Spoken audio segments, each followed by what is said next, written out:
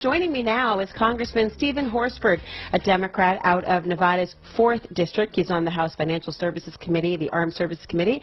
He's a chair of the Congressional Black Caucus and the co-chair of the Labor Caucus and also vice chair of the Equal Rights Amendment Caucus. He joins us now. Congressman Horsford, good morning. How are you? Good morning, Laura. Great to be on your show once again. How are you today?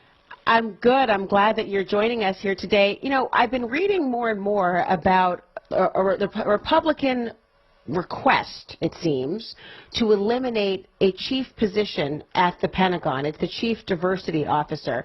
And I can't help but look at this with the eye towards the Supreme Court impending decision, of course, on affirmative action, when many members of the military and former military high-ranking officials spoke about the need for diversity and even affirmative action more broadly, particularly as it relates to a prepared military force. And so this idea of even an endeavor to eliminate the chief diversity officer, what could this mean and what's going on? Yeah, exactly. What's going on?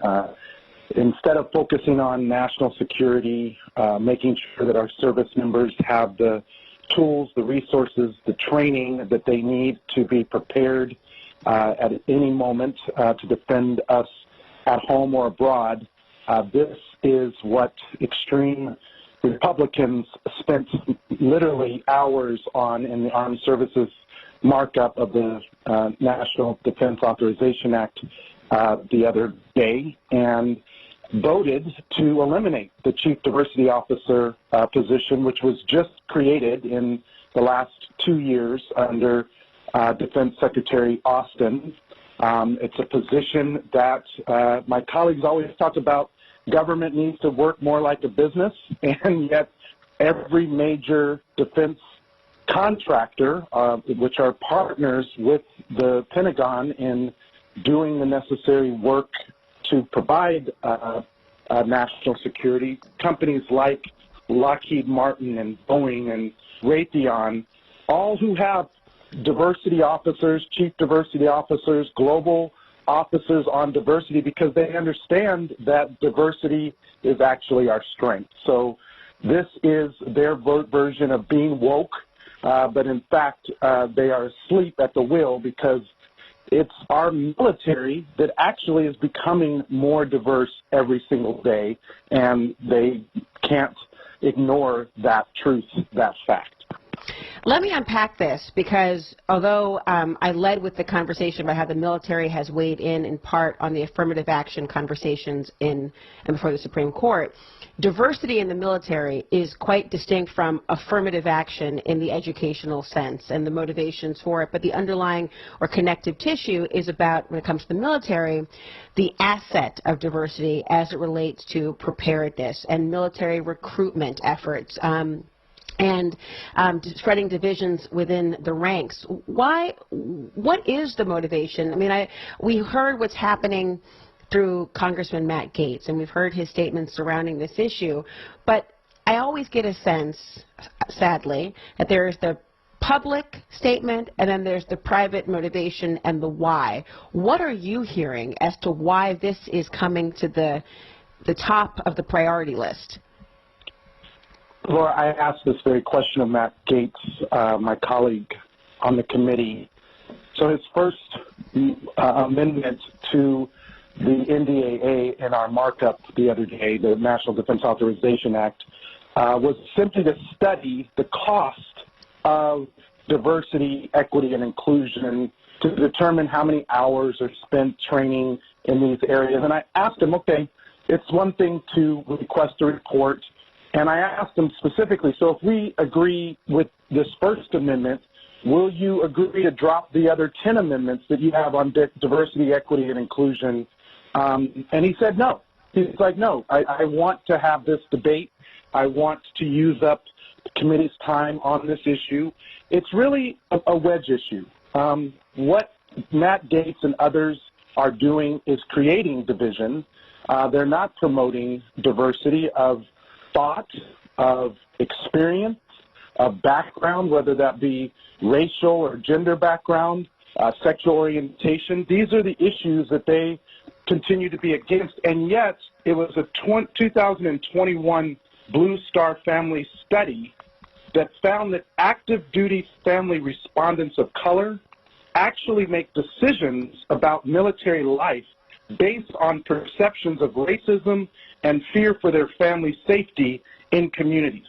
The study went on to find that nearly half of active duty, 46% of family respondents of color report that they have considered racial, ethnic discrimination in their installation rating decisions, and 42% consider concerns about safety due to their racial or ethnic identity. So this is from the Blue Star families. I was just meeting with a group of them on the steps of the Capitol yesterday, and my colleagues refuse to understand that actually it's the diversity of our military, the lived experience and the background that actually helps make us strong.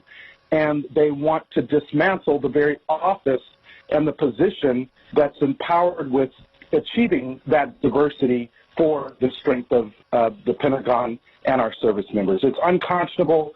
I was pleased that we were able to vote down several of the most egregious proposals by Matt Gaetz, but sadly, they did vote to eliminate the Chief Diversity Officer position, and we're going to have to negotiate that going forward. So is the position gone now? It's not going to, what is the Pentagon's view on this? Yeah, well, I know Secretary Austin, he has spoken previously on this. I agree with him when he says we are a diverse nation and our military should look like the nation that it defends, and it does. And he went on to say that I truly believe that diversity makes us stronger. That's Secretary Austin's words. Now, the position is still funded currently. This was the first step along the way of approving the National Defense Authorization Act. The Senate has to mark up and approve their bill, and there will likely be a conference between the House and the Senate. And I'm hopeful that by the end we will be able to restore the position. But it does still exist. We approved it in the last Congress when Democrats were in charge of the House and the Senate. And the position is working to fulfill its objectives around some of these critical issues on diversity and equity. And as you indicated, Laura, this is on the backdrop of the Supreme Court impending decision on affirmative action. And I do, like you said, want to separate because they're not the same. However, the ideologically driven Supreme Court may very well today or in the next few weeks or days vote on a decision that would end racial preferences in our public and private universities,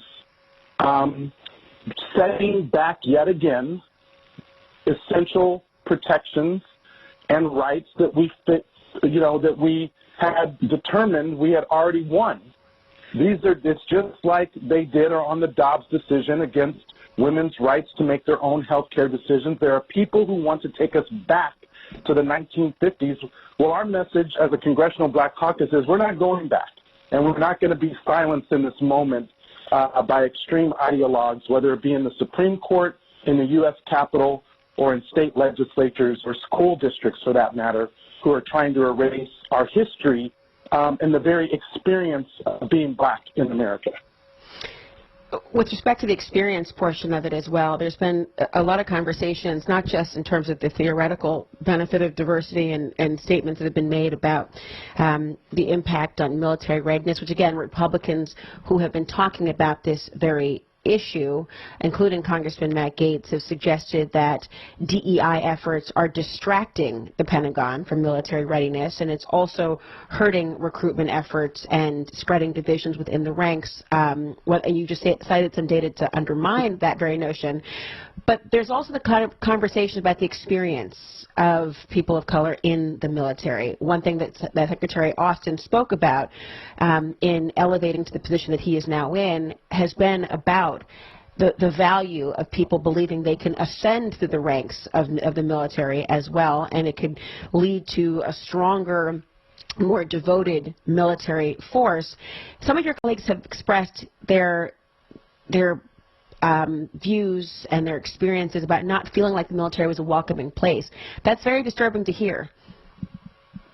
It is, and as you indicated, first, the Department of Defense issued their demographics report, and at the end of 2022, 31% of active duty service members identified as a racial minority, while women comprise 17% of the active duty force. Again, we have to use diversity, equity, and inclusion as a tool in the recruitment of the next generation of service members. There's actually efforts that military services are now doing to tap into regions of the country and demographics that they have not normally focused on, and that's actually going to help us improve the recruitment. So my colleagues want to say it's diversity, equity, and inclusion that are causing a lack of enrollment in the military, and in fact, it's the opposite. In order to meet our recruitment goals, we actually need to invest in and support diversity efforts that reach the very demographics. I mean, look, our country is changing demographically. It's a fact. I know Matt Gaetz and others don't want to accept the truth, but more people of color will continue to grow into the future. My state, Nevada, and the district that I represent is reflective of that, and that is what we are up against. It's this ideology of I will call it out as blackness. It's anti-people of color, it's anti-women, it's anti-LGBTQ+, and they're the ones causing the division, not us. Congressman, we're out of time, sadly. Thank you for your insight. I appreciate you taking the time to illuminate this issue. We'll be right back.